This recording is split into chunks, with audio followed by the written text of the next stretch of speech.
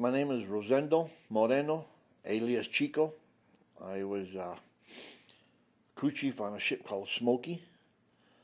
Uh, my pilot that day was Ellen North. Co-pilot was Henry Dominguez. My gunner that day was Clyde Evans, and I was the crew chief that day. Clyde flew in place of somebody else. Somebody else had had a birthday and wasn't conditioned to fly the next day. Too much partying, I guess. So Clyde took his place, and the end result is Clyde is no longer here. But that's not what I wanted to talk about. I want to talk about an incident that happened in April of 1969. April the 27th, I believe, is the exact date. We had a young Spec 5 that was worked in maintenance. His name was Richard. Nice kid. He was Cuban. The bad thing about Richard, his name was Richard, and not to be racist or anything, but the name Richard also translated to the word dick in English. So a lot of people would call him Dick when they would call him that. It would really infuriate the hell out of him, because he would say, that's the white man's name for me. My name is Ricardo. He was very proud of his name. One day, Eddie Lucero and myself had been flying, and been a long day as usual. And somehow we got word that the engineers had brought in a movie to our compound, to the compound where we were staying at in Tainan. And the name of the movie was 1 Million BC, with a woman by the name of Raquel Welch. Well, here we are, young men, 10,000 miles away from your family and everything else, and we've got the opportunity to see what we used to call a round eye. An American girl with round eyes and voluptuous woman like Raquel Welch. And we dropped everything and got cleaned up, and we headed over to where the movie was at. And we came across a scene where Richard and a guy named Potter were arguing back and forth. Potter had said to Romero that I've been here for, I think it was 3 or 4 weeks ago, and I haven't seen shit. He goes, you guys are a bunch of mamby-pambies, and they got into kind of a shoving match. My first instinct was, because I was older than most of the guys there, I would reach over and grab Richard in the headlock, and I would say, hey, Dick, and that would get his attention, piss him off and get his attention, get him away from what was going on. That particular day, for whatever reason, and it's always haunted me, I thought to myself, he's a big boy. Let him fight his own battles. So I grabbed Eddie Lucero by the neck and I started dragging him to the movie. And we probably got 75 to 80 yards away.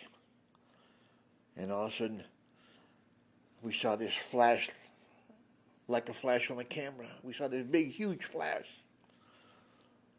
And then we heard this rumble. And then we got the blast.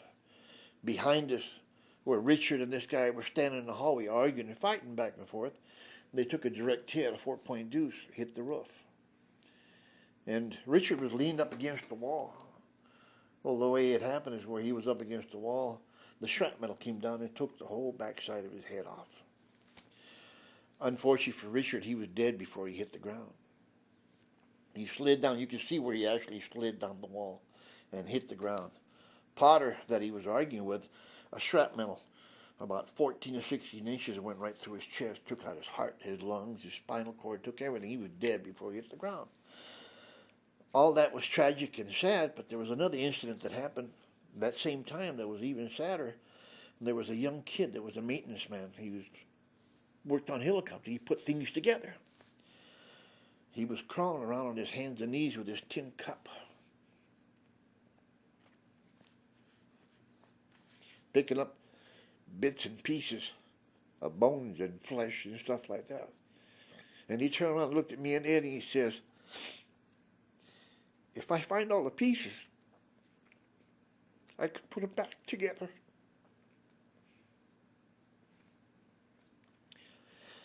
The sad thing is, Romero died, Potter died, but also this child, this other kid, he also died, not physically, but mentally. They picked him up and carried him away. How can you How can you justify something like that? You know, he was a good kid. And for a moment, his mentality, I guess, snapped. For him to say a thing like that, like, if I can find all the pieces, I can put them back together. To you and I, it doesn't make any sense, but to him, it made all the sense in the world because he was a mechanic. He goes, that's my job. I can put things together and make them work. And that was one of the hardest things that we had. I mean, yeah, we saw a lot of guys that were lost, but then we saw a lot of action. But a casualty like that is something you don't expect. We know a lot of us, some of us got shot, some of us got wounded, some of us ended in the hospital. But this kid didn't have a mark on him, and yet he was gone. Sometimes people say that life is not fair. Yeah, war isn't fair. In war, everybody takes the same chance, and I feel that I took the same chance that anybody else did. And I was raised the Catholic way, that to believe that you're not going to go before your time. When the good Lord calls you, you're going to go. It doesn't matter if you're in a helicopter or you're on the ground or you're sitting on the john. When the good Lord said it's time to go, you can scream and holler and cry all you want, but there's nothing you can do about that. The only thing you can do is accept what happened. And it's easy to say that, but the thing is, when you see something like that, it's kind of hard to accept something like that because you can see a body, you see it all torn to pieces. You can accept that because that's reality. But that kid no longer lived in reality. And that was an ugly thing to see. I mean, we all lived through a lot of ugly stuff. But see, the thing with that kid there, he has scars that aren't visible, that nobody will ever know about. Nobody can touch. Scars, you can sand them and you can put a Band-Aid on them and clean them up and make them go away, or cover them up with a tattoo. But a scar like that on your head never goes away. And I've always wondered, to this day, when they were calling off his name. I remember Potter and I remember Romero the day he was killed. But I've always wondered whatever happened to that kid. And to this day, I've never been able to find out. It's hard. And some people, you remember their name and you remember their faces. And I remember this kid's face. But to the best of my ability, I can't now remember his name. And I've asked, for the last 40 some odd years, I've asked, what was his name? And everybody goes, oh yeah, we remember him. Nobody knows. How can you put a name on something like that when everybody remembers what happened to Romero. Everybody remembers what happened to Potter. But nobody thinks about that kid. That's sad, isn't it? So, anyway, that was just something I thought I'd like to share. I thought about that, and I've been thinking about that for many years. And a lot of times, like the memorial service we had here, we had a service for all the ones that died, physically died, are no longer here.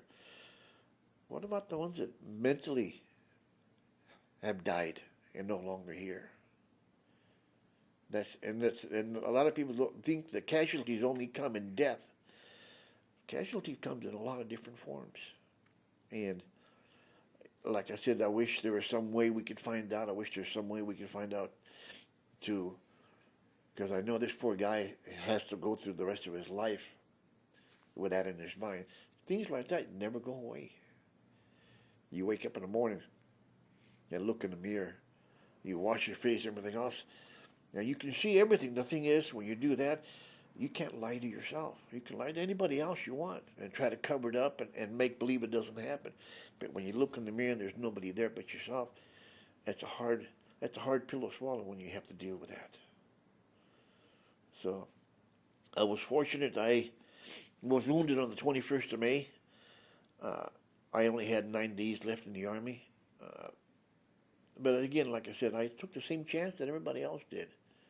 And lucky for me, knock on wood, I'm still here. I'm still able to talk about it. The only thing is I was talking to my girlfriend, Kate.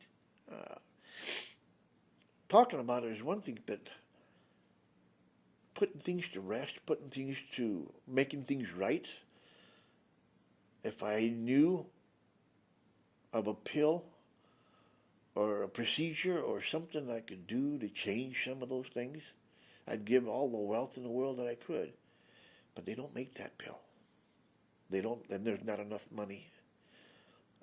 I sit back and think about it. If you go back and try to, you should have, could have, would have, it's not right, because then you'd be, if you could go back and change it so this wouldn't have happened, you change history. A lot of people don't think about that. They say, oh, it just happened. You know, yeah, the history part affects some people, but you know what? In the long term, it affects a lot of people. The families, the mothers, the fathers, the sisters, the brothers, the family, they all, in their own way, they all suffer. Yeah, we suffer with PTSD, but at the same time, the things that our families went through, you know, I went through almost 41 months in the hospital recuperating, and to this day, my father and I both have a problem walking into a hospital. It just, I don't know what it is. I'll walk in there and I get claustrophobic. It's the smell that you get when you walk into a hospital. It's like walking into an old folks' home. There's a certain smell. You walk in there and it's like somebody all of a sudden puts the air brakes on, and I stop and I can't go forward and I can't go back. Anyway, that's what I wanted to share with you. So I'm sure some of the guys have more exciting stuff to tell you or different details, but I just thought I'd bring that to service because, like I said, a lot of times people get notarized or get mentioned because of something they did, but the guys who didn't do anything but just happened to be a casualty, they never get mentioned. They never get noticed. They never get help. They never get... Purple Heart's nothing but a medal. It's a little piece of metal. You know, I had a kid ask me one day, wow, he says, you got a Purple Heart. I wish I had that one. I told him, I wish I could give it to you, along with the pain and along with the time that I spent in the hospital. I would give all that not to have the nightmares that I have. You know, the Purple Heart is the easy part. Is what goes along with it. That's why I say a lot of things. People they only look so far. They don't look at long term. And you ask anybody else that got a Purple Heart, it's not the easy. You know, it's not the easiest. And for me, it was simple because it happened. Bam, damn, it was over with, and I learned to live with it. But at the same time, the physical part is the easy part. Up here is the part that takes forever and ever. My girlfriend Kate was talking to me last night because I still have my nightmares. She goes, why do you come to these things when you remember some things that you didn't want to remember? And I sat back and thought about it. And I said, you know what, the reason I come to the reunion is deliberately so I don't forget. I don't want to forget some of those guys gave their lives, they gave their all for me to be able to sit here and enjoy what I've got. You know, at nighttime, we sit down, we have our beer, we have our filet mignon, we have our lobster dinners, we have whatever it is we want. Those guys never got a chance to experience that. You know, there was a young gentleman in the hospital that was there, and he had lost everything from his belly button down, and both arms at the shoulder was nothing but a trunk and a head. And I looked at him, and I told him, laying in the hospital, feeling sorry for myself, ooh, I got shot. And this poor guy is half a person that he used to be. And I looked at him and said, I don't know how you can do this. If it was up to me, I'd rather be dead. And he looked at me and smiled. He said, you know what? That's wrong. I said, what do you mean that's wrong? He says, you know what?